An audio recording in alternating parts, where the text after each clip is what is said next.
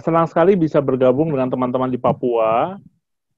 Kalau Pak Pendeta Nur Cahyo hanya kenal sebagian, saya nggak kenal semuanya, cuma kenal Pendeta Nur Cahyo aja ya, karena beliau adalah ketua senat dan saya dulu wakil ketuanya, jadi tetap dia satu level di atas saya ya. Oke, tadi udah dikatakan nama saya Bimantoro, saya dari Bandung. Layanan saya di Pusat Counseling Blessing di Bandung. Saya pindah ke Bandung itu 2016, jadi sebelumnya saya di Pusat Konseling Life Spring di Jakarta. Saya dari SCT Reform, lulusan MDiv bareng sama Bung Cahyo. Saya lulus MDiv tahun 2007, kemudian saya ambil konseling, baru lulus tahun 2012 ya. Jadi itu sedikit latar belakang saya. Saya punya 1 istri dan 4 orang anak laki-laki ya. Anak saya yang kedua ada di Timika, kerja di Freeport dia ya. Saya lupa suruh dia join tadi, jadi saya juga nggak sempat ya. Baik, ada pertanyaan sampai di sini? Siapa tahu mau pertanyaan ya?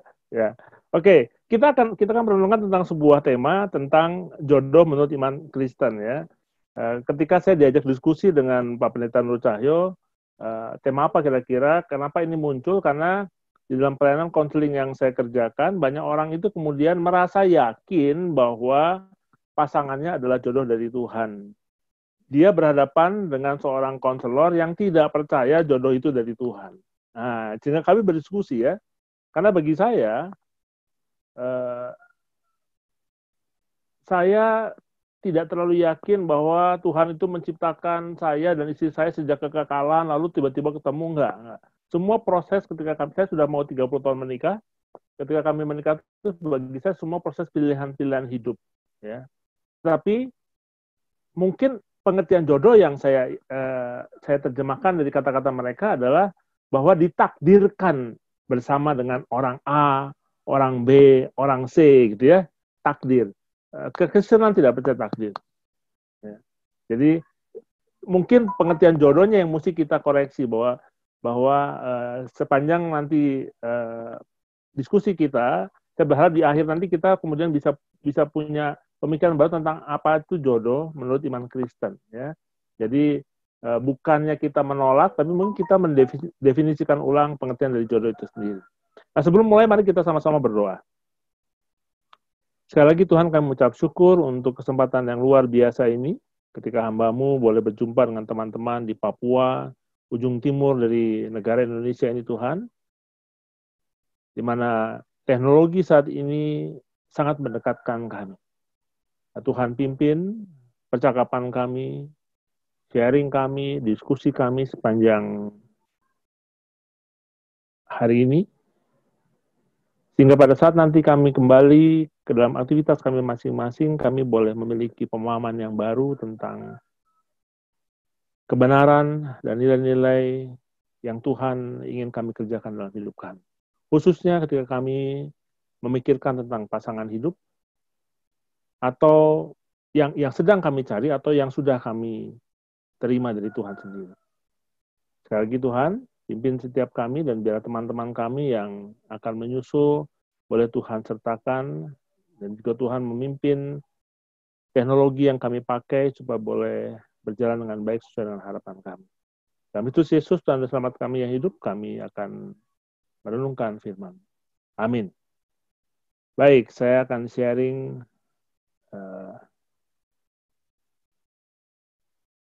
Oke. Jodoh dan iman Kristen. Mari kita memikirkan satu bagian dari firman Tuhan, saya sekali dulu ya, tentang yang diambil dari Kejadian 2, ayat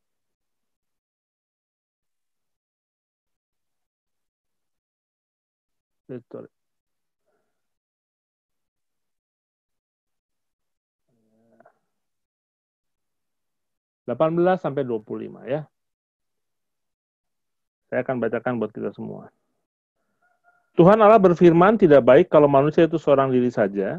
Aku akan menjadikan penolong baginya yang sepadan dengan dia. Sepadan di dalam bahasa aslinya Ibrani ditulis dengan sepertinya dibacanya neget ya. Jadi neget itu sebetulnya pengertiannya di depan kamu, sama dengan kamu, sesuai dengan kamu ya. Jadi bahasa Indonesia mengartikan sebagai sepadan ya. Lalu ayat yang ke-19 luar biasanya ketika ayat 18 Tuhan bicara tentang tidak baik manusia seorang diri saja. Ayat yang 19 apa yang terjadi? Lalu Tuhan Allah membentuk dari tanah segala binatang hutan dan segala burung di udara. Dibawanya lah semuanya kepada manusia itu untuk melihat bagaimana ia menamainya, dan seperti nama yang diberikan manusia itu kepada tiap-tiap makhluk yang hidup, demikianlah nanti nama makhluk itu. Ayat 20, manusia memberi nama kepada segala ternak, burung-burung di udara, kepada segala binatang hutan, tetapi baginya sendiri, ia tidak menjumpai penolong yang sepadan dengan dia. Lalu Tuhan Allah membuat manusia itu tidur nyenyak. Ketika ia tidur, Tuhan Allah mengambil salah satu rusuk daripadanya, lalu menutup tempat itu dengan daging. Dan dari rusuk yang diambil Tuhan Allah dari manusia itu, dibangunnya seorang perempuan, lalu dibawanya kepada manusia itu. Lalu berkatalah manusia itu, inilah dia, tulang dari tulangku, bahan yang sama, daging dari dagingku, diambil dari substance yang sama, ia akan dinamai perempuan, sebab ia diambil dari laki-laki. Ayat 24, sebab itu seorang laki-laki akan meninggalkan ayahnya dan ibunya dan bersatu dengan istrinya, sehingga keduanya menjadi satu daging. Mereka keduanya telanjang, manusia dan istri itu, tetapi mereka tidak merasa malu. Nah, ya. Apa yang bisa kita cerna dari firman Tuhan ini ya? Ketika Tuhan membentuk manusia pertama, pria dan laki-laki dan perempuan, ya, prosesnya tidak. Kenapa Tuhan nggak langsung ya? Tidak langsung gitu ya. Saya memikirkannya harusnya kan langsung aja. Tuhan tahu tidak baik, kenapa tidak langsung? Tapi Tuhan malah ciptakan dulu manusia ya, kayak ada apa ya, kayak ada iklannya dulu gitu ya. Baru setelah itu diciptakanlah perempuan setelah dia selesai memberi nama semua ternak, semua hewan, semua binatang. Artinya apa sih? Manusia harus punya pengertian yang dalam dulu bahwa dia berbeda dari ciptaan-ciptaan yang diciptakan sebelum dia. Ada perbedaan, ada karakteristik ya, ada sifat-sifat ya, ada kebiasaan, ada kebutuhan biologis yang berbeda dari manusia yang diciptakan dengan hewan, ternak dan segala macam itu. Ini menjadi penting supaya kita kemudian tidak mengasosiasikan diri kita seperti binatang. Apa yang terjadi dengan binatang, dengan hewan, apapun itu jenisnya? Ketika mereka mencari pasangan, ada binatang-binatang yang memang setia pada pasangannya ya. Merpati itu katanya cuma satu ya, ada beberapa lagi ya. Merpati yang kalau kita nonton National Geographic atau Discovery Channel ya tentang Animal Kingdom segala macamnya, ada binatang-binatang yang memang setia pada pasangan. Tapi tidak semua seperti itu. Ya, lebih banyak binatang yang tidak yang kapanpun dia mau kawin, dia bisa kawin sama siapa saja ya. Hanya lucunya adalah kalau binatang ada musimnya. Teman-teman ada yang punya hewan piaraan, anjing, kucing? Ada ya? Mungkin ada ya. Kalau bukan musim kawinnya, Anda mau taruh di dalam kamar, dikunci kamar gelap-gelap, dia nggak bakal ngapa-ngapain. Main-main aja gitu. Itu bedanya ya. Sehingga di dalam urusan seperti ini, luar biasa Tuhan tuh memberikan pengertian yang luar biasa kepada manusia bahwa Anda tuh berbeda dengan binatang. Jadi, kalau Anda mau mencari pasangan, jangan meniru sifat binatang. Saya kasih contoh ya. Kalau singa itu mau menikah, mau kawin, maka dia harus masuk ke dalam sebuah rombongan dan dia harus mengalahkan ketua singanya. Artinya, kalau kamu mau menikah, mau mencari pasangan, jangan berantem kan gitu ya. Jangan merebut gitu ya. Itu kan itu prinsip-prinsip yang alamiah aja sebetulnya. Jadi kita bicara tentang dua orang ini. Sehingga saya tidak melihat bahwa ini jodoh seperti yang dipikirkan oleh beberapa orang yang ketemu dengan saya konseling pranikah. Ini bukan jodoh yang nanti ditakdirkan, enggak. Tuhan melihat manusia tidak baik seorang diri, lalu Tuhan menyiapkan teman, penolong, pendamping, wanita, yang oleh manusia diberi nama Hawa atau Eve, bahasa baratnya ya. Jadi prinsip pertama itu, bahwa di dalam mencari jodoh, dalam kita mencari pasangan, kita harus berbeda dengan binatang. Nah, apalagi sih yang dilakukan binatang? Oh, dia ada binatang. Kalau teman-teman masih bisa lihat burung cendrawasih ya. Kenapa jantannya yang punya bulu yang indah? Nah, ketika musim kawin, maka burung cendrawasih jantan yang indah itu dia akan mengepak-ngepakkan sayapnya, menari-nari ya, keluarkan yang kuning-kuning gitu ya. Kasih lihat. Nah, masa kita mau kayak begitu? Nah, saya percaya Pendeta Nur Cahyo ketika sedang mendekati semu lili ya, trifosa ya namanya, saya ingat ya. Iya, betul. Ya. Dia tidak sedang mengepak-ngepakkan sayapnya, karena kalau dia kepakkan sayap kalah dia sama cowok-cowok yang lain.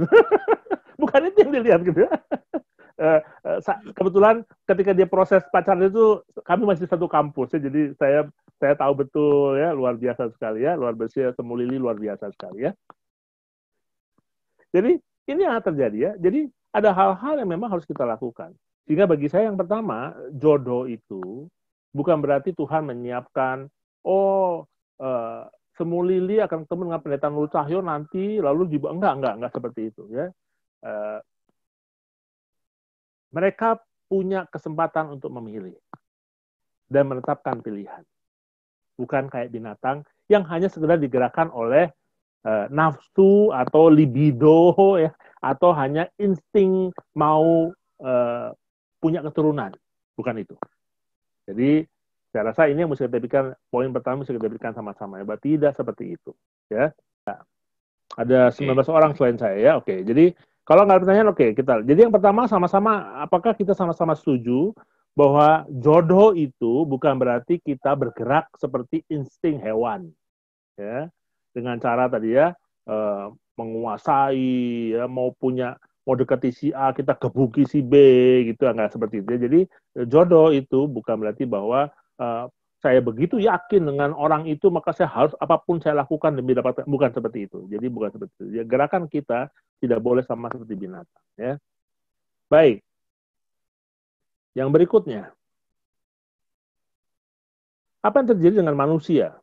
Ya. Firman Tuhan mengatakan ya, ketika manusia sudah semakin banyak, wah luar biasa sekali manusianya, banyak sekali mereka. Apa yang terjadi? Mari kita lihat di Kejadian pasal yang ke 6.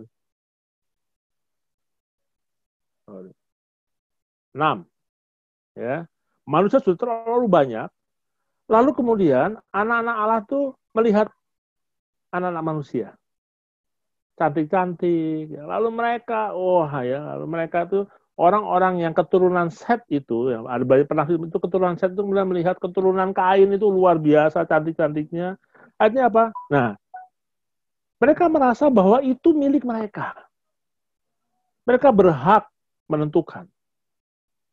Jadi kalau tadi nafsu binatang, yang kedua ini hati-hati sekali bahwa kemudian kita merasa bahwa kita berhak menentukan tanpa melibatkan Tuhan di dalam memilih jodoh. Semau-mau kita aja. Sehingga apa yang terjadi dalam Kejadian 6, kalau teman-teman baca itu terjadilah kisah Nabi Nuh dan terjadilah kisah air bah. Manusia dimusnahkan oleh Tuhan dan tinggal Nuh dan 3 anaknya dan menantunya sama istrinya. Di dalam poin yang kedua ini, mari kita sama-sama memikirkan. Ketika teman-teman mencari calon teman hidup, bawa nama Tuhan nggak sih? Gumulkan dengan Tuhan nggak sih?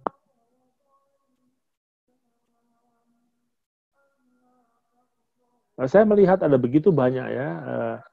Kebetulan karena saya sudah sejak 2007 ya melayani konseling dan diantaranya itu konseling pranikah ya. Ada begitu banyak anak-anak muda tuh mengambil keputusan menetapkan putusan pada si A, si B, si C itu sama sekali nggak ada kaitannya dengan Tuhan.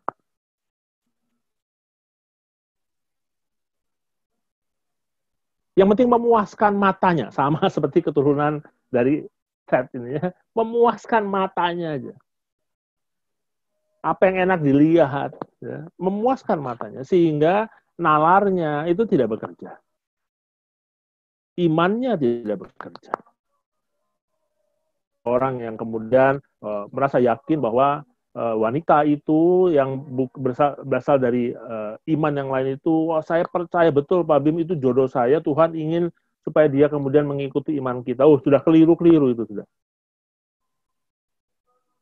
Beralasan bahwa ada kepentingan penginjilan supaya dia terima Yesus melalui pernikahan. Buat saya itu suatu nonsens dan omong kosong. Kenapa begitu? Karena saya pernah bercakap-cakap dengan teman-teman dari saudara kita ya dari sana itu, mereka justru memakai pernikahan itu untuk melakukan hal yang sama. Ya, saya nggak tahu apakah betul berita yang saya dengar di Papua itu sama seperti itu. Ya, bahwa pernikahan itu dilakukan untuk membuat seorang itu convert menjadi sesuai apa yang diyakini oleh entah itu pasangannya. Nah, itu dilakukan ya, sebagai bentuk dari dakwah, dari syiar. Kita pun agama syiar. Ya. Kristen tidak ada agama dunia bukan agama syiar. Pakailah pernikahan itu untuk menjadi. Nah, seperti itu. Jadi hanya kepentingan-kepentingan, tapi yang lebih parah adalah hanya untuk nafsu aja. Oh, karena cantiknya, gitu ya. Lalu karena mungkin kalau dapat pria itu maka gengsinya akan naik, dikejar ya. Sama seperti anak-anak Set yang melihat anak-anak Kain itu lalu gelap mata dan tidak lagi melihat Tuhan dalam pengambilan keputusan. Ini poin yang kedua. Masih bersama dengan saya? Yang pertama, jangan seperti hewan, ya, hanya sekedar memenuhi kebutuhan biologis. Yang kedua, ya, jangan seperti anak-anak Set, ya, yang melihat hanya untuk memenuhi keinginan-keinginan ya, yang sama sekali tidak mendasarkan dengan iman pada Tuhan. Oke. Dari George Yo, oke, thank you George ya. Apakah jodoh itu pasti akan berujung pada pernikahan? Dan apa benar Allah sudah menentukan jodoh tiap manusia? Apakah ada kemungkinan seorang justru salah menikahi pasangan, ya berarti tidak menikahi jodoh? Nah, ini George yang kita akan kemudian nanti kesimpulannya seperti apa. Tapi yang pertama adalah nomor satu, jodoh itu bukan berarti kita hanya bergerak sekedar semata-mata seperti binatang. Yang kedua, bukan juga hanya sekedar untuk kenikmatan semata dari diri kita ya. Nanti kita akan lihat apakah betul jodoh itu dari Tuhan, ditentukan oleh Tuhan, dan pasti akan menikah. Kita akan lihat di ujung nanti ya. Thank you, John. Ada lagi?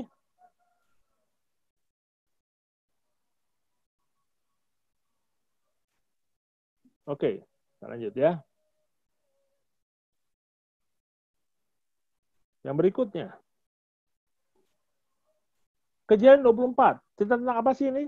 Kalau teman-teman baca Kejadian 24 itu cerita tentang Abraham punya anak yang kedua, lalu cari jodoh dia. Ya. Ishak udah umur 40-an, Abraham papanya suruh pembantunya Eliezer pulang ke kampungnya di Mesopotamia, lalu carikan jodoh buat anaknya.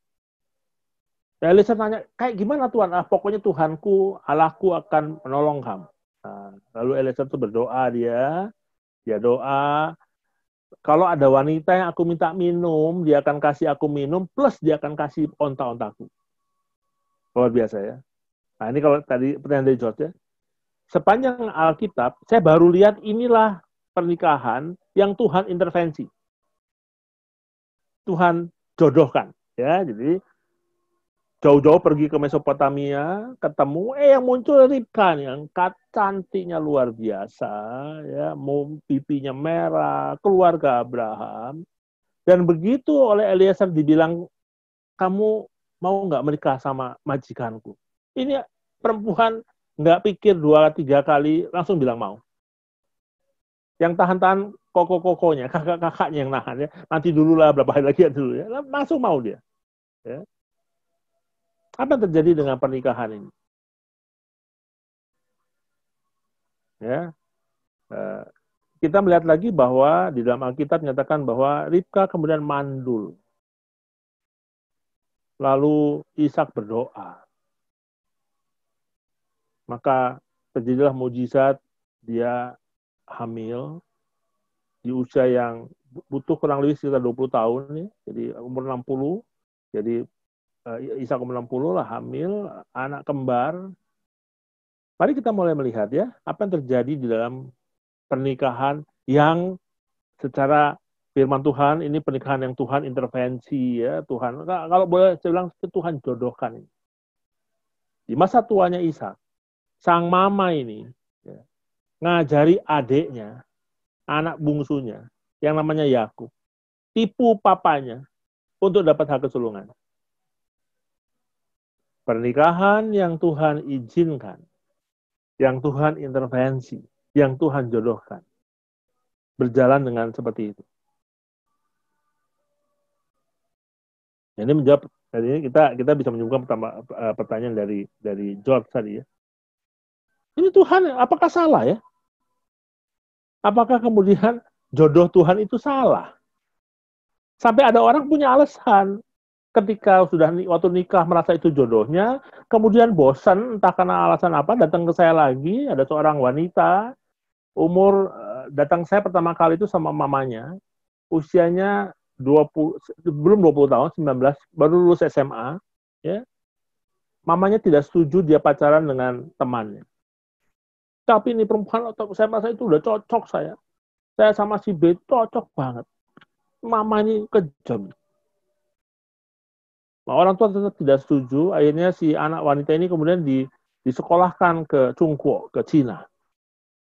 Apa yang terjadi, teman-teman? Selang 2 tahun datang ke saya dalam kondisi sudah hamil. Belum menikah. Udah cerita, Pak Bim, ini memang jodoh saya. Bayangkan Pak Bim, saya nggak kasih tahu alamat saya. Dia terbang dari Jakarta ke Cina, bisa ketemu di Cina. Waduh, bayangkan ya, di tempat yang penduduknya 1 miliar itu, di Beijing yang padat gitu, pria ini bisa ketemu sama dia. Luar biasa sekali ya. Walaupun saya nggak percaya, tapi namanya orang konselor kan saya bilang, oh iya, iya. Buat saya nonsense. Pasti udah ada, entah dia share location atau apa, pasti sudah ada seperti ini. Maka terjadilah hubungan yang tidak diperkenan Tuhan di Cina itu, dan dia hamil. Jadi 2 tahun kemudian datang kepada saya, minta tolong saya carikan gereja yang mau menikahkan dalam kondisi hamil ini. Dua-duanya yakin betul itu jodohku. Nah, oke? Saya udah bilang sama dia, hati-hati sekali dengan kepercayaan yang keliru. Selang 2 tahun lagi datang kepada saya, marah-marah, minta cerai. Kenapa? Sang suami yang katanya jodohnya, yang datang ke Cina tanpa clue, bisa ketemu sama dia, ternyata dalam 2 tahun pernikahannya selalu selingkuh berkali-kali dengan gadis yang beda-beda. Bahkan ketika dia hamil pun, sang suami selingkuh dengan wanita lain. Anak muda ini, umur masih di bawah 25. Nah, hati-hati betul ini. Ya, jadi kita mesti hati-hati sekali dengan permainan perasaan dan pikiran kita yang seringkali salah menafsirkan ya, nilai-nilai yang Tuhan izinkan. Sehingga bagi saya, kalaupun ada jodoh seperti Ishak dan Ribka ini, bukan berarti Tuhan itu kemudian seakan-akan botol ketemu tutupnya, nothing problem, enggak. Bagi saya ini sebuah peristiwa di mana Tuhan mengizinkan seseorang bertemu dengan seseorang, lalu dua-duanya harus berpikir di dalam proses pendekatan. Ya, makanya teman-teman hati-hati sekali ya, terutama untuk teman-teman wanita, ketika kalian masih pacaran, ya, jangan pernah termakan bujuk rayu pria-pria seperti saya dan Pendeta Nur Cahyo. Kami ini pria nih ya, dua-dua pria nih ya, yang selalu mulut manisnya itu kalau ada maunya, sudahlah ya, jangan diturutin lah ya, atas nama cinta, udahlah ya, banyak pengalaman ya. Jadi kalau saya mencintai pasangan saya, maka saya tidak akan melakukan hal-hal yang mendukakan hati Tuhan.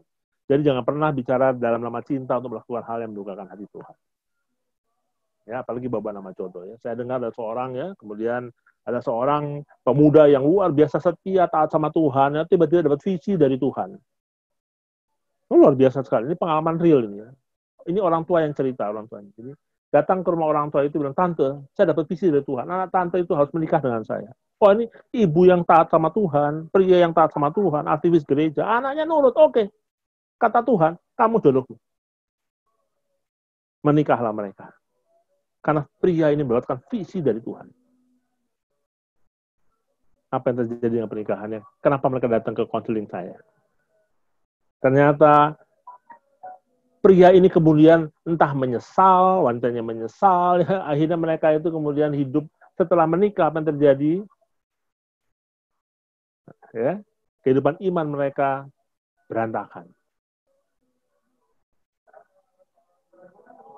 Ya, yang pria itu entah kenapa ya, kemudian selalu ngomongi jelek istrinya di depan orang banyak. Ya, istrinya kemudian juga jengkel, diomongin jelek. Akhirnya apa sih yang terjadi? Ya, akhirnya yang pria selingkuh sama yang mana, yang istri selingkuh sama yang mana, dan istri itu akhirnya punya anak dari pria lain.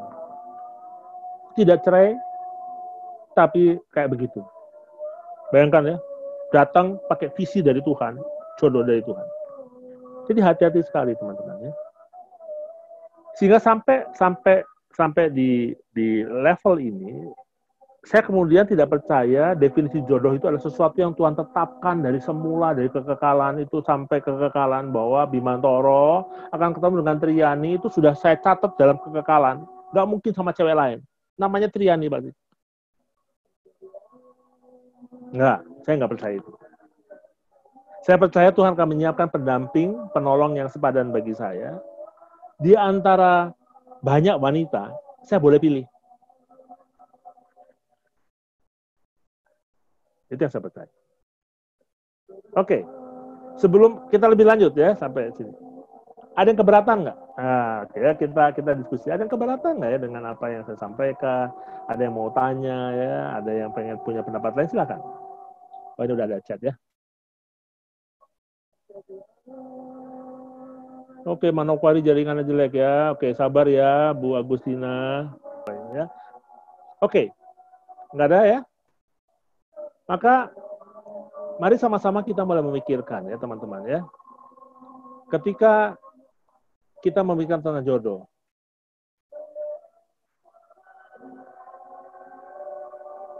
ada 3 faktor utama bagi saya yang kita perlu pikirkan. Bahwa jodoh itu bukan seperti yang dipikirkan oleh banyak orang. Tuhan menetapkan saya akan menikah.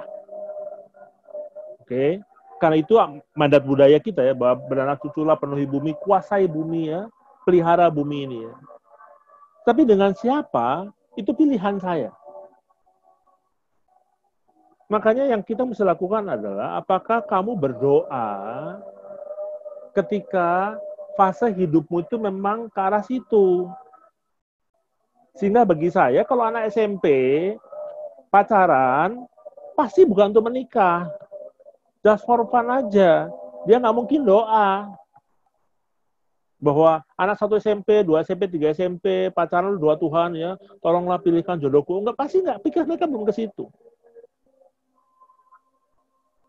Ya. Tapi mari kita berdoa dulu. Buat saya ini yang paling penting. Apakah Anda sudah berdoa ketika memang fase usia Anda itu memang masuk dalam fase Anda harus memang mulai memikirkan tentang pasangan hidup. Usia berapa sih? Ya, mungkin 17 ya, 18 ke atas itu ya, dianggap sudah dewasa ya. Bisa oke, masih oke. Tapi pilihannya juga menyangkut pada perasaan. Jadi bukan hanya doa, ya, tapi juga perasaan. Kalau kamu nggak cinta sama si A, kamu doa-doa terus juga pasti nggak cinta. Kenapa? Karena perasaan ini misteri buat saya. Ya, entah itu dia, jadi selalu ada pertimbangan dalam perasaan kita itu yang lahir dari pengalaman hidup kita ya. Yang tanpa kita sadari, misalnya kita pengen ya kemudian pasangan hidup kita itu yang tidak seperti mama kita, atau tidak seperti papa kita. Kita punya kriteria, tapi perasaan itu muncul dari situ sebetulnya.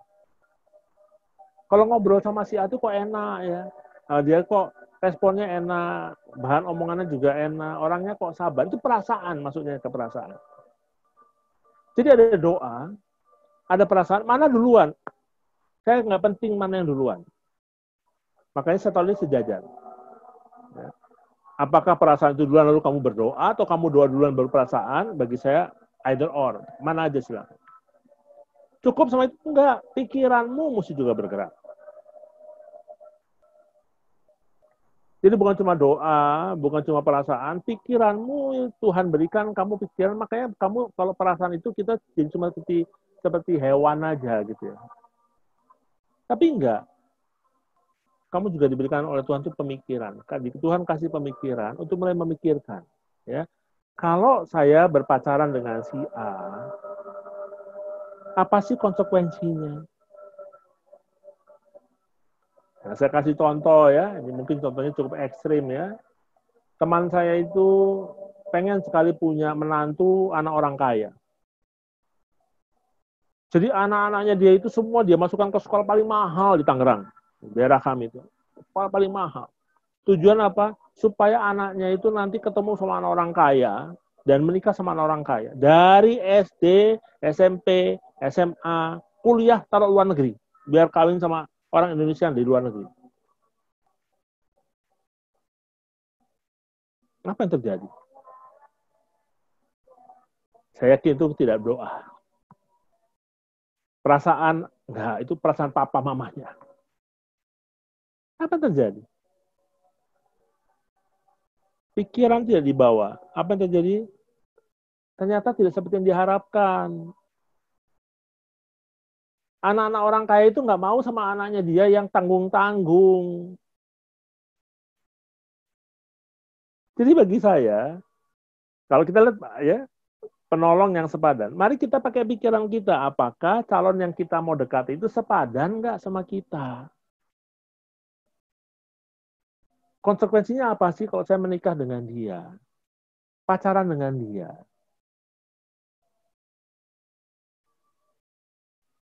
Jadi bagi saya, kita baru bisa bilang jodoh itu bukan sebagai sebuah ketentuan, tapi sebagai sebuah hasil dari doa, perasaan, dan pemikiran. That's jodoh. Proses pemilihan pasangan jodoh. Sehingga setelah saya doakan, setelah saya rasakan, setelah saya pikirkan, oke, dialah jodoh yang Tuhan izinkan menjadi pasangan penolong yang sepadan buat hidup saya. Apakah mungkin ada yang lebih baik? Oh mungkin, karena kita ketemunya di situ aja. Tapi apa mungkin itu yang terjadi dalam kehidupan manusia. Ketika orang itu berumur 24 tahun, maka pasangan itulah yang dianggap paling baik. Lalu ketika umur 30 tahun, ketemu sama sekretarisnya, kok kayak lebih baik lagi. Nah, itu manusia.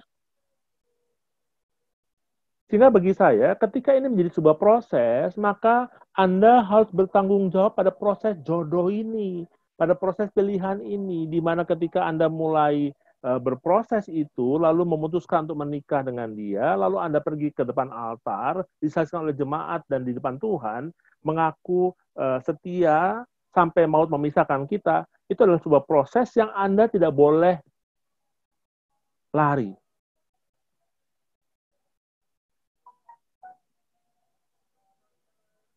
Pilihan harus sudah dilalui dengan doa, perasaan mesti masuk, pikiran mesti masuk, Anda nggak boleh menyesali. Bertanggung jawab pada pilihan Anda.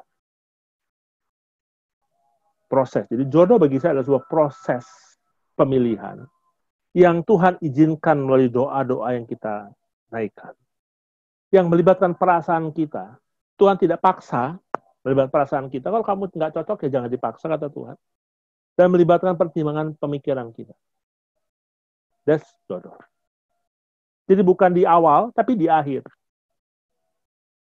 Saya kemudian memproklaim, mengakui bahwa inilah jodoh saya yang diperkenankan oleh Tuhan.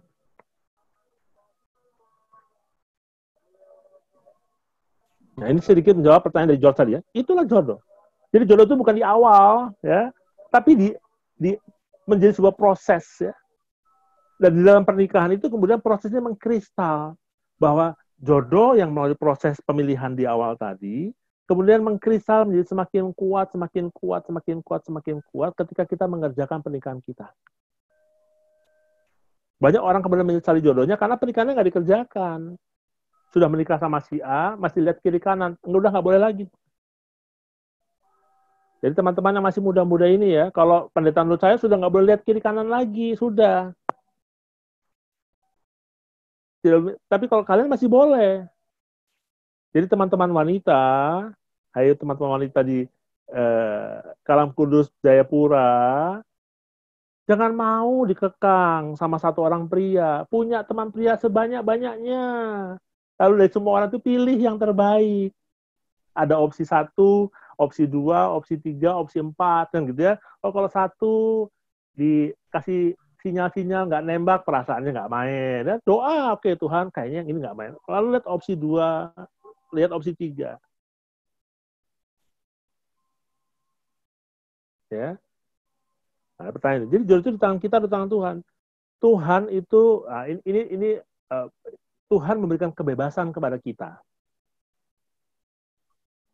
untuk menentukan. Artinya, dalam sebuah proses itu, Tuhan campur tangan dalam mempertemukan kita dengan beberapa orang, tapi kita juga bertanggung jawab. Ya. Kenapa saya menawarkan konsep ini? Karena ada tanggung jawab Anda dan saya. Kalau jodoh itu di tangan Tuhan, oh Tuhan salahnya Tuhan, saya kan itu kan kata Tuhan. Nah, kita akan buang badan sama Tuhan, sama seperti manusia pertama ya, disuruh makan buah sama istrinya, lalu dinyalahkan istrinya, ya, istrinya nyalahkan si iblis kan gitu ya. Lalu nanti pikir-pikir saya nyalahkan Tuhan juga lah, udah tahu ada banyak, kenapa Tuhan taruh ada pohon situ? Kalau nggak boleh tebang aja, kan gitu. Jadi hati-hati sekali ya. Ini sebuah proses ya yang kemudian ketika kita sudah melalui proses itu, Tuhan itu campur tangan di dalam misalnya ya, oh ketemu dengan dia itu di lingkungan yang Tuhan tentukan. Nah itu ada Tuhan campur tangan situ. Nah teman-teman ada di gereja Kalam Kudus, campur tangan Tuhan di situ loh. Bahwa teman-teman ada di situ atau teman-teman ada di Jayapura, ada di Manokwari, ada di manapun teman-teman ada, itu Tuhan menentukan. Disitulah Anda mengenal sama orang-orang kan? Ada campur tangan Tuhan di situ. Tuhan izinkan Anda di situ. Jadi kalau ditanya tadi Brian ya tadi ya, bahwa keputusan kita sangat dipengaruhi oleh hubungan kita sama Tuhan. Ya. Tapi Tuhan tidak intervensi. Bagi saya itu, Tuhan tidak intervensi. Tuhan mengizinkan. Even kalaupun salah, Tuhan izinkan. Ya, satu kali ada pasangan datang ke saya, apakah pertanyaan sama nih ya, jadi apa Tuhan salah pilihkan jodoh ya? Saya bilang ketika Anda memilih wanita itu, Anda doa nggak? Apa pertimbangan Anda? Maka saya bilang tadi ya, ada doa, ada perasaan, ada pemikiran. Jadi jodoh itu proses ya, di mana Tuhan dan manusia bekerja sama ya. Tapi keputusan itu kita yang menentukan. Tuhan mengizinkan. Ya. Sehingga bagi saya, mari kita sama-sama mulai memikirkan ya. Saya share satu lagi ya. Pikirkan. Ketika Anda mulai mendekati seseorang, apakah hubungan Anda dengan Tuhan menjadi lebih baik atau lebih buruk?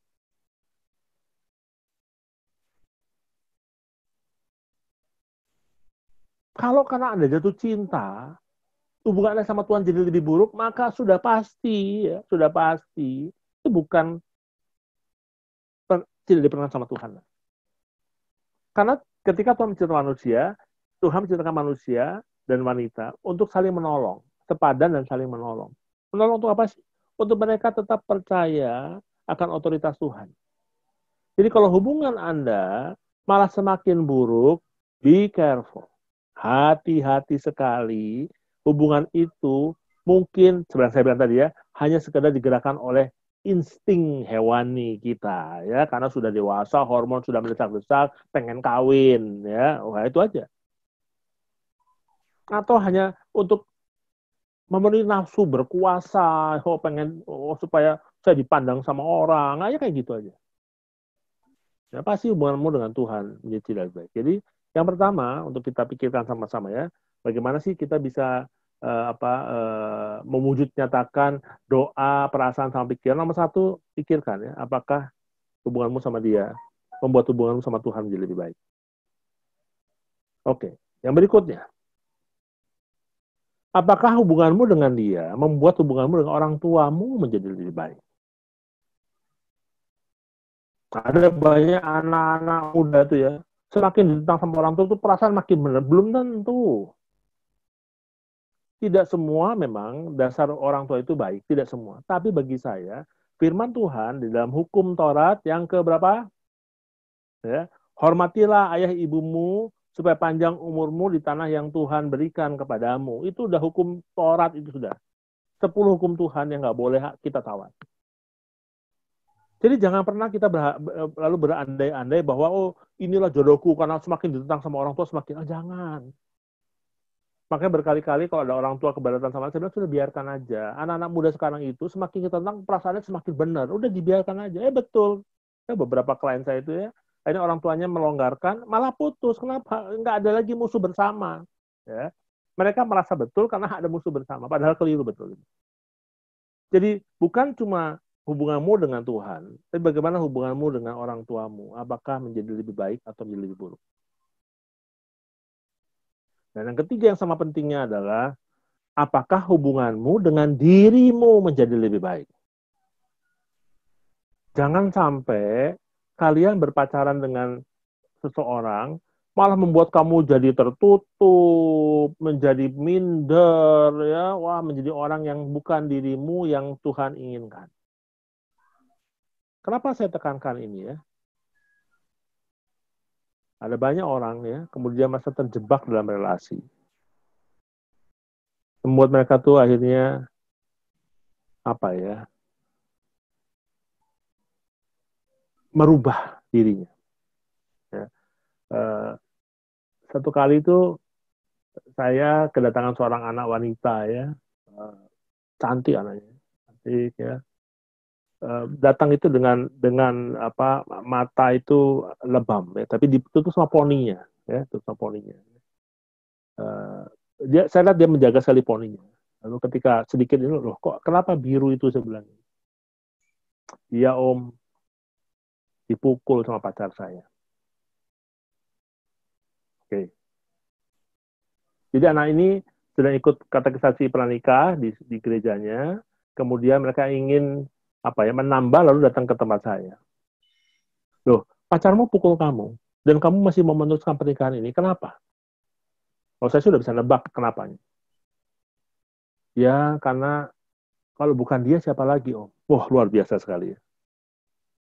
Digebuki, masih tetap mau menikah. Saya bilang, loh, apakah kamu siap bahwa setelah, kalau masih pacaran lagi sudah pukuli kamu, apalagi kalau sudah menikah?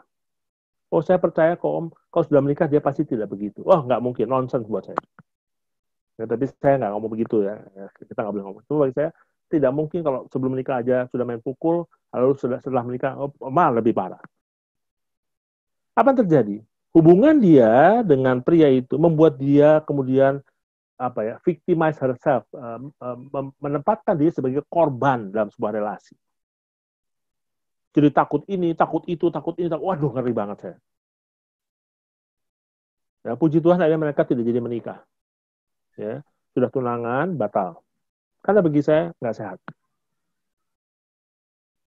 Apa yang terjadi? Oh dia takut ya, karena kalau diputuskan nanti pacarnya sebarkan foto pornonya dia. Jadi teman-teman wanita ya, jangan mau difoto-foto. Ya, saya juga kadang-kadang ya, ini anak-anak Kristen loh, aktivis gereja loh. Sehingga bagi saya pikirkan, ya, kalau hubunganmu dengan Tuhan jadi lebih jelek, hubunganmu dengan orang tua lebih jelek, apalagi hubunganmu dengan dirimu lebih jelek, sudah putuskan saja. Mumpung masih bisa putus. Daripada kalian kemudian didoktrinasi dengan kata-kata jodoh itu yang keliru, ya, jodoh keliru, jodoh itu sebuah proses, ya, sampai kita yang bilang bahwa oke, ini jodohku, bukan Tuhan. Saya mengamini bahwa itu jodoh. Dan ketika saya mengamini bahwa istri saya adalah jodoh saya, maka firman Tuhan yang mengatakan bahwa maka mereka adalah satu dan apa yang dibesarkan oleh Tuhan tidak boleh dipisahkan oleh manusia. Itu saya amini betul. Karena prosesnya dari saya. Saya yang memproklaim bahwa itulah jodoh saya. Tuhan tidak memaksa saya. Tuhan memberikan kepada saya iman, memberikan kepada saya perasaan, memberikan kepada saya juga pikiran. Tiga-tiga itu mesti saya jalankan. Sampai di sini, ya. Apa yang bisa kita simpulkan?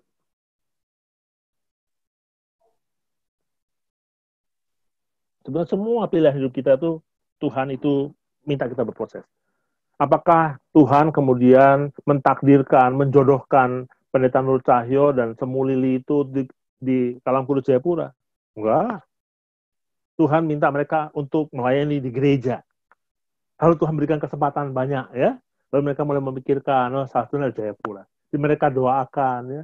Perasaan mereka ikut bermain, pikiran mereka bermain, dan memutuskan. Begitu ya Pak Pendeta Nur Cahyo. Maka ketika memutuskan, inilah oke, inilah keputusan yang Tuhan izinkan saya melayani di Jayapura, di Papua. Sama dengan jodoh. Jadi semua pilihan kita itu sebetulnya harus melihat dari dimensi ini, apalagi pasangan hidup. Kenapa jadi penting? Karena siapa Anda sangat ditentukan oleh pasangan hidup Anda. Ya, sekali lagi ya. Siapa Anda sangat ditentukan oleh siapa pasangan hidup Anda. Jangan pernah berharap bahwa Anda akan menjadi seorang anak Tuhan yang baik kalau pasangan hidup Anda bukan orang yang percaya pada Kristus. Oh, tapi ada Pak Bim, pernikahan beda agama baik-baik saja. Oh iya, betul baik-baik saja. Tapi apa bisa dia kemudian mempraktekkan iman Kristen secara penuh? Nggak bisa. Hati-hati sekali. Ya. Di tengah pernikahan yang baik-baik saja pun saya melihat kok tetap aja ada perasaan-perasaan yang tidak produktif. Ya, bagi saya hati-hati sekali. Iman nomor satu. Ya. Pikirkan masak-masak. Doakan dengan setia. Dan jangan bohongi perasaanmu. Ya, hati-hati sekali ya. Kita ini manusia yang punya perasaan, punya pikiran, punya iman. Jangan tiga-tiganya ditutupi. Maka bagi saya sebagai penutup, jodoh itu bukan ketetapan dari surga, tapi proses yang Tuhan izinkan. Lalu saya memproklaim, saya meyakini di saya, oke Tuhan, inilah jodohku.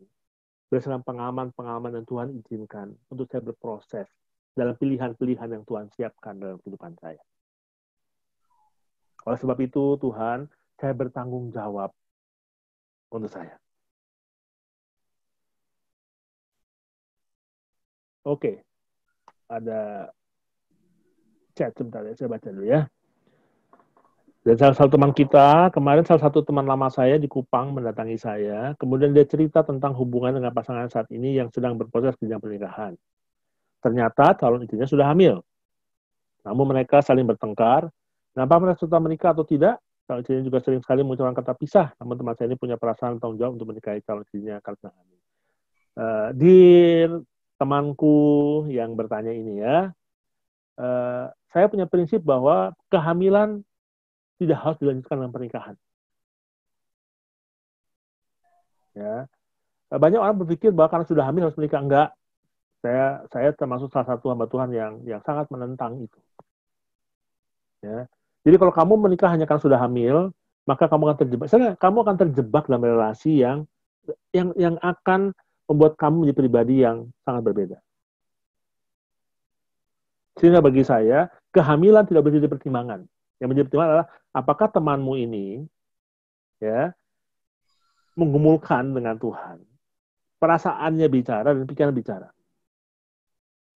Nah, kalau masih pacaran udah hamil aja masih minta pisah-pisah, gimana mau diterusin? Bahaya sekali. Ya. Jadi jangan kehamilan. Jadi pertimbangan untuk menikah itu bukan karena hamil, tapi karena memang dua-duanya merasa bahwa oke, setelah berproses, kami mulai meyakini bahwa inilah sesuatu yang Tuhan izinkan. Bertanggung jawab untuk itu. Hamil atau tidak hamil. Ya, bagi teman-teman hati-hati sekali ya. Jangan karena hamil kemudian kalian pikir bahwa itu semua kehendak Tuhan. Hati-hati ya, hati-hati dengan pikiran-pikiran kita yang seringkali menyesatkan diri kita. Jadi kalau saya sarankan ke temanmu, gumulkan saja. Jangan lihat kehamilannya, gumulkan saja. Prosesnya ya, sering berantem, masih pacaran, ya, udah berapa kali minta pisah. Bagi saya, gumulkan aja. Karena, sekali lagi, untuk saya pribadi, kehamilan tidak boleh menjadi pertimbangan untuk segera menikah. Thank you untuk pertanyaannya.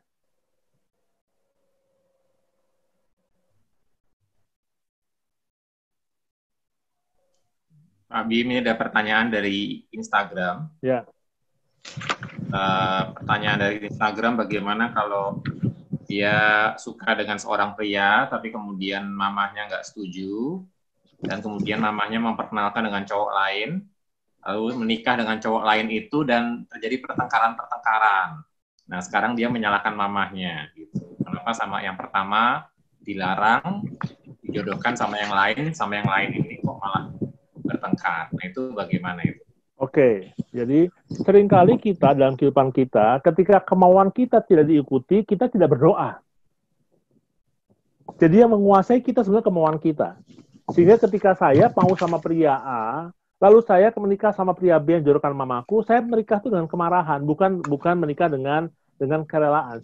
Jadi sudah pasti itu langkah kaki kiri sudah. Jadi saya bilang tadi ya, ketika kita diberikan kesempatan oleh Tuhan, Tuhan bisa memilihkan itu melalui orang tua kita, melalui teman-teman yang kita kenal, siapapun itu Tuhan kasih pilihan kok. Nah, selama kita bisa mempertanggungjawabkan, misalnya, oke ya, kita mencoba mengenal misalnya dengan apa yang dijual oleh mama kita ya, kita coba mengenal, membuka diri kita untuk mengenal pria itu. Kalau ada hal-hal tidak berkenan, diskusikan orang tua. Banyak anak-anak tuh nggak mau begitu, maunya sekarang tuh maunya jalur pintas saja gitu ya. Hati-hati sekali. Sehingga bagi saya menyalahkan mamanya adalah sebuah hal yang sebetulnya tidak layak untuk dilakukan. Saya mohon maaf ya, saya harus bicara terus terang ya. Yang mesti dia pertanyakan adalah apakah kamu sudah memberikan dirimu untuk pernikahan itu apa belum? Jangan-jangan dari awal memang dia sudah sakit hati, Pak Pendeta. Jadi memang udah rebellious sudah keluar ya. Sehingga apa yang dilakukan itu sebetulnya tanpa dia sadari, dia memang sedang mendorong pria itu keluar dari hidupnya supaya diceraikan misalnya gitu. Ternyata pria itu nggak cerai-ceraikan dia, jengkel dia, bikin perkara terus. Nah, jadi begitulah rumah tangga. Jadi saya tidak percaya jodoh itu dari di awal, bukan. Jadi bukan seperti deklarasi Tuhan bukan. Jodoh itu adalah proses. Jadi izinkan dirimu masuk dalam proses. Melelahkan sekali loh ya, melelahkan sekali menangani pernikahan-pernikahan seperti ini. Ya, tapi karena Tuhan memang menempatkan saya di pelayanan ini ya mesti saya lakukan sehingga saya mesti bagikan kepada teman-teman yang masih muda ini. Jadi jangan tutup matamu dengan pilihan orang tua. Ayo, terbukalah pilihan kalian. Kalau betul-betul orang tua itu pilihannya salah, misalnya ya, pilihan orang itu pemabuk, ya, tidak bekerja, baru kalian. Tapi kalau orang itu baik, memang baik orang itu. Kenapa nggak buka hatimu? Makanya jangan seperti anak-anak set yang lihat, saya pengennya yang sama yang ganteng, cakep, aduh. Atau jangan seperti binatang, sekedar libido aja. Ya, jadi jangan keliru. Tidak ada orang tua yang mau menjerumuskan anaknya masuk dalam penderitaan. Tapi kalau seperti itu, kamu punya hak untuk bersuara kalau kekhawatiran kamu itu terbukti. Gitu, Pak Pendeta. Jadi maksud saya bagi penanya, cobalah mulai memperbaiki dirinya. Ya, mulai bisa menerima bahwa itu sesuatu yang diizinkan oleh Tuhan untuk berproses. Coba diproses saja. mulai lihat kebaikan suaminya ya, jangan cuma lihat kejelekannya aja. Ya, kalau banyak kawin dipaksa kan gitu yang dilihat sama kejelekannya, padahal orang itu baik sebetulnya. Orang kalau dijelek-jelekin ya, saya kalau dijelekin saya akan gigit lagi, nggak mungkin saya diam. Ini saya bilang tadi ya, saya tidak percaya jodoh yang dari awal. Jodoh itu proses, dimana ketika saya kemudian mengamini itu, mungkin bisa datang setelah saya menikah. Jadi kayak tadi dia masa dipaksa oleh mamanya, proses lah, ya diproses ya. Coba buka doa, berdoa sama Tuhan, ya perasaanmu berikan pada pernikahan itu, pikiranmu coba. Nah, seringkali kita tidak melihat bahwa semua kesempatan itu Tuhan izinkan. Mesti hati-hati Pak Pendeta. Nah, moga-moga yang tanya di IG bisa dengar ini dengan baik ya. Ada tambahan Pak Pendeta? Silakan.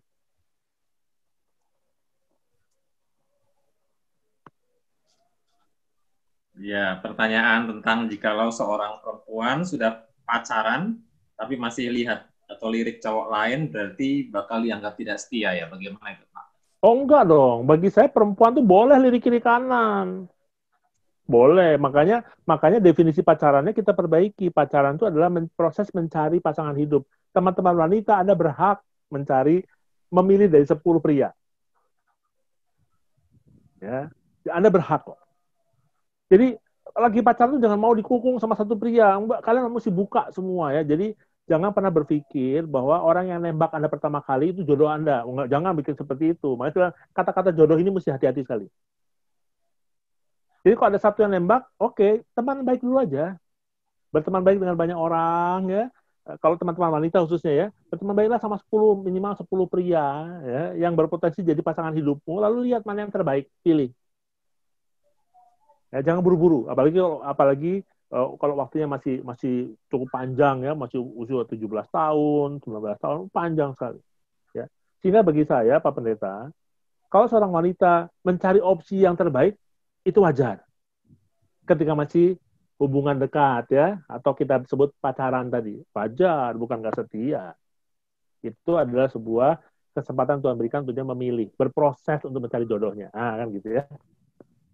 Bagi saya wajar-wajar aja. Tapi kalau pria sudah nembak, sudah nembak gitu ya, lalu besoknya nembak yang lain lagi, itu pria itu nggak benar. Kalau dia mau lari di tempat lain, ya dia putuskan dulu lagi. Kalau cewek boleh lah. Kira-kira gitu. Ini ada yang mau nanya langsung ya Pak Pendeta ya? Oke, ada Ya yang Pak, halo Pak. Silakan. Oke, terima kasih ya Pak buat pembelajaran malam hari ini. Mendengar penjelasan Bapak, saya mau bertanya Pak, ada beberapa pertanyaan. Nah, mungkin ini seperti penyimpulan gitulah, pertanyaan penyimpulan. Jadi yang pertama, Bapak sudah jelaskan tujuan menikah itu tidak boleh berdasarkan libido aja atau seperti binatang dan lain segala macam, atau berdasarkan hasrat itu saja gitu ya Pak. Jadi Bapak mungkin mau sharekan ke kita nih anak-anak muda, sebenarnya apa sih Pak tujuan dari pernikahan itu sendiri gitu? Sebenarnya apa gitu. Jadi kita bisa mulai men-set itu pikiran kita. Jadi pernikahan yang sebenarnya kayak ini gitu. Karena banyak juga sepertinya kita di sini anak-anak muda kan nggak ngerti tuh, yang penting nikah, punya anak kah, punya cucu, terus mati. Apakah cuma itu Pak? Gitu. Oke. Terus kemudian pertanyaan berikut, saya setuju dengan yang Bapak bilang kalau misalnya jodoh itu ya. Saya mute dulu Pak soalnya. Oke, yang berikut tadi jodoh itu kan Tuhan beri kebebasan penuh, free will kita untuk memilih pasangan hidup kita. Saya setuju. Saya setuju sekali. Terus kemudian karena kita ini kan anak-anak Tuhan nih Pak, gitu ya. Tapi kita mau juga dong kehendak kita biar Tuhan aja gitu, kita nyerahkan ke Tuhan, gitu ya. Terus kemudian menjadi pertanyaan saya itu, Pak, apakah kita perlu nggak Pak untuk menetapkan standar gitu? Misalnya saya mau pasangan saya yang pertama misalnya dia harus takut Tuhan kayak gitu. Mungkin dia yang kedua mungkin lah ya kita kan semua anak Tuhan nih, pasti standarnya yang nggak rohani-rohani yang pertama. Mungkin yang kedua dia pelayanan misalnya, yang ketiga dia tidak merokok, tidak mabuk segala macam. Apakah kita perlu seperti itu gitu? Apalagi yang cewek nih kan, yang cewek kadang udah baper duluan, nggak mikir lagi yang lain gitu. Walaupun dia pelayanan tapi masih merokok, nggak apa-apa lah gitu, karena udah kebaperan duluan gitu. Apakah dengan standar ini, apakah bisa kita ini ya menjaga kita gitu juga atau gimana? Terus yang berikut, nah setelah tahu nih Pak, misalnya ada nih cowok yang datang dan sesuai dengan standar-standar kita ini, gitu. Apakah masih perlu diuji? Tuhan, apakah, kan kita anak-anak Tuhan, kita mau taat sama Tuhan. Tuhan, apakah benar ini yang Engkau izinkan jadi pasangan hidupku gitu? Apakah perlu diuji? Karena kan kita kan mau melibatkan perasaan dan pemikiran juga gitu kan. Dan pemikiran kita ini kan kadang udah ke bawah perasaan, terus pemikiran kadang kan gitu kan. Betul. Saya kalau saya sih Pak nggak setuju dengan yang bilang cinta itu buta gitu, nggak setuju sih. Jadi karena Tuhan kasih kita pemikiran, Tuhan kasih kita untuk melihat gitu kan.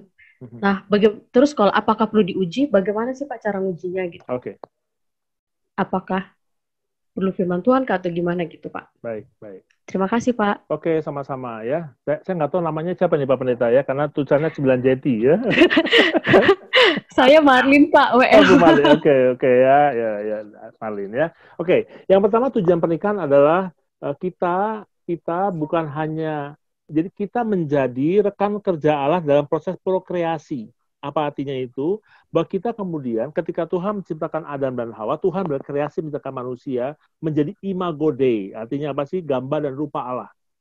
Nah, di zaman Ancient Near East, kalau seorang raja berkuasa, maka dia akan tempatkan orang-orang ya, orang-orang ya, yang menjadi bahwa ini loh wilayah saya dengan orang-orang yang dengan patung segala macam. Nah, ketika Tuhan menciptakan manusia segambar dengan rupa Allah, maka itu proses kreasi pertama. Di mana setelah itu kita menjadi rekan sekerja dalam berprokreasi, menciptakan anak-anak Allah di dunia ini. Tujuan utama itu sebenarnya untuk pernikahan itu. Bukan sekedar bikin anak, walaupun memang di dalam mandat budaya ya dikatakan bahwa beranak cuculah penuhi bumi, betul, tapi ada kuasailah itu. Artinya apa sih? Bahwa kita menjadi imago Dei, gambar dan rupa Allah. Jadi tujuan pernikahan Kristen adalah melalui pernikahan itu lahirlah pribadi-pribadi yang memuliakan Allah dalam kehidupannya. Itu sebabnya makanya saya tidak terlalu percaya kalau beda iman. Saya tidak terlalu percaya ya. Hati-hati sekali. Jadi itu primary purpose, tujuan utamanya ya, bahwa pernikahan adalah menciptakan gambar dan rupa Allah melalui anak-anak, dan bahkan suami istri pun harus menjadi gambar dan rupa Allah dalam pernikahan itu. Itu tujuan pernikahan Kristen. Bukan sekedar hanya punya anak. Ya. Nah, bergerak dari situ, maka tadi dikatakan bahwa standar, ya. Jadi berdasarkan dari tujuan pernikahan menciptakan imago Dei tadi, maka standarnya memang mesti jelas. Saya setuju sekali, harus jelas standarnya. Tapi standar itu ada standar yang utama, ada yang primary standard, ada yang secondary standard. Saya kasih contoh ya, di gereja kami, di sinode kami, rokok bukan dosa. Jadi pendeta habis khotbah yang ngerokok, gitu ya. Majelis penatua habis khotbah ikut ngomong sambil ngobrol ngerokok, bukan dosa, ya. Sehingga di gereja kami itu menjadi secondary standard. Jadi yang primary standard apa sih? Ya. Primary standard adalah bukan sekedar takut akan Tuhan, tapi orang itu memang teruji, ya, teruji selama kita kenal sama dia itu cinta Tuhan. Teruji aja. Jadi jangan diujinya setelah pacaran, jangan. Teruji dulu waktu kita pilih pasangan itu, teruji dulu nggak dia ini memang cinta Tuhan. Contohnya misalnya ya, oke ya. Kalau kita cari teman hidup di gereja, di persekutuan pemuda kita ya, kita lihat apakah orang teruji nggak. Bukan hanya sekedar ngerokok, tidak ngerokok itu secondary standar buat saya ya. Tapi menghadapi masalah-masalah di dalam pergaulan, kita lihat solusi yang dia tawarkan atau yang diambil itu apakah berkenan nggak ya buat Tuhan? Sesuai nggak dengan firman Tuhan? Saya kasih contoh ya. Ketika ada konflik di gereja, apakah dia menjadi orang yang membawa damai apa bukan? Itu standarnya. Ya. Bukan menjadi orang yang komporin, bukan, tapi dia mencoba menenangkan ya, pihak-pihak yang bertikai. Ya. Nah, itu teruji nggak ya? Ketika ada orang membenci dia, apakah dia membenci kembali orang itu atau dia malah mendoakan orang itu, tetap mengasihi orang itu? Teruji nggak? Nah, sehingga bagi saya, kalau kamu mau memilih pasangan, maka kamu nggak bisa hanya sekedar menerapkan standar, tapi kamu mesti melihat. Jadi nggak bisa proses kita memproklamasikan bahwa itu jodoh saya itu prosesnya panjang. Kamu kenal dulu ya, berteman dulu, bergaul dulu, lihat dulu ya. Baru ternyata ya dari 10 standar saya, misalnya standar utama adalah cinta Tuhan, standar utama itu ya. Lalu ada banyak standar lagi. Oke, kira-kira dia memenuhi berapa standar? Jadi nggak ada tuh, saya setuju, nggak ada cinta buta gitu, ketemu love at first sight ya, cinta pada pandangan pertama. Buat saya itu sorry, ya, omong kosong gitu. Ya. Oke, pandangan pertama saya senang, tapi saya mesti menguji itu. Sebelum saya melanjutkan hubungan saya ke next levelnya, saya mesti uji. Ya. Nah, buat saya itu. Jadi sangat perlu menetapkan standar sesuai dengan nilai-nilai Kristen. Ya. Tapi hati-hati sekali dengan tadi ya, primary standard sama secondary standard. Jangan secondary standard jadi terlalu berat gitu ya. Nanti kamu malah susah nikah nanti gitu ya. Kalau di gereja saya, standar kamu pria tidak merokok, nggak kebagian kamu. Habis semuanya ngerokok. Soalnya gitu ya, kebagian nanti jadinya. Hati-hati aja. Jadi bagi saya, standar itu sangat tergantung ya. Karena saya tidak merokok ya. Artinya, saya keberatan sekali. Ya, jadi saya kebetulan dulu ketua bidang 1 ya, ibadah. Jadi saya tempel stiker-stiker dalam rokok dan tapi ya tetap aja karena itu semua teman saya ya. Lalu ngobrol sama anak saya ditawari rokok, anak saya ngerokok. Aduh, saya cuma bilang, saya nggak bilang mas dari segi iman, itu dari segi kesehatan aja gitu, kira-kira gitu. Tapi ada standar yang tetapkan standar utama ya. Dan standar itu jangan kemudian membuat kamu jadi susah. Ya, standarnya yang wajar ya, jangan buat kamu jadi susah. Jangan terlalu saringannya, jangan terlalu kecil ya, jangan terlalu kecil ya. Jadi saringannya yang wajar aja. Pak Pendeta, suara saya putus-putus ya? Masih jelas sih. Oke. Ya. Jadi, nah setelah kita pacaran, courtship ya, kita lebih jadi teman dekat, mulai menghabiskan waktu bersama. Nah, proses itu memang kita perlu uji lagi. Jadi ini ujian yang kedua. Betulkah pengamatan kita ketika berteman itu kemudian dia konsisten? Ya, makanya bagi saya nggak ada yang instan. Pak Pendeta berapa tahun pacaran? 5 tahun, Pak. Seingat saya dia bukan sebentar, karena ngejarnya juga lama dia. Luar biasa, ngejarnya juga lama dia gitu ya. Iya. Luar biasa tuh, perjuangan gigi dia ya. Jadi bayangkan aja ya, pacarannya 5 tahun. Itu menguji dia. Sebelum pacaran 5 tahun kan kenal dulu Pak Pendeta ya. Berapa lama kenal dulu sama Temu Lili? Berapa bulan ya? Jadi tentu kan ada standar yang ditetapkan gitu ya. Tapi diuji 5 tahun. Saling menguji dua-duanya. Sehingga ketika mereka menikah, saya percaya mereka sudah sampai pada proses, ya Tuhan, betul ini adalah jodohku. Bukan Pendeta Nur Cahyo yang bilang, bukan cuma semua, tapi dua-duanya sepakat, oke Tuhan, ini adalah jodohku. Maka mereka bawa di depan altar Tuhan, dan sampai hari ini sudah berapa? Udah lebih dari 5 tahun dong ya? Lebih, udah 12. Wah. 10 ya, 10 tahun. Waduh, sudah satu dasawarsa ya. Wah, luar biasa ya. Kapan ulang tahun pernikahannya kapan, Pak Pendeta? Juli kemarin. Juli kemarin itu ke-10 ya. Waduh, selamat ulang tahun pernikahan ke-10 ya. Itu luar biasa sekali. Nah, coba tanya sama beliau berdua nih, bagaimana perjalanan mereka sampai mereka proklaim, oke, inilah jodohku, dan sampai hari ini mereka mempertahankan, betul, ini adalah jodoh yang Tuhan izinkan untuk saya alami dan saya nikmati. Jadi harus diuji. Jadi ketika kita teman dekat itulah kita uji. Tetapi ya, sekali lagi, ketika diuji gitu lalu ada yang lebih cocok, Anda berhak kok, tapi harus jujur. Nah ini pertanyaan ke teman satu lagi tadi ya, apakah boleh pria dalam hubungan pacaran dengan perempuan lain lalu lihat-lihat perempuan lain. Jangan pacaran dulu kalau mulai lihat perempuan lain. Jangan masuk ke komitmen yang serius. Sudah berteman dekat aja dulu.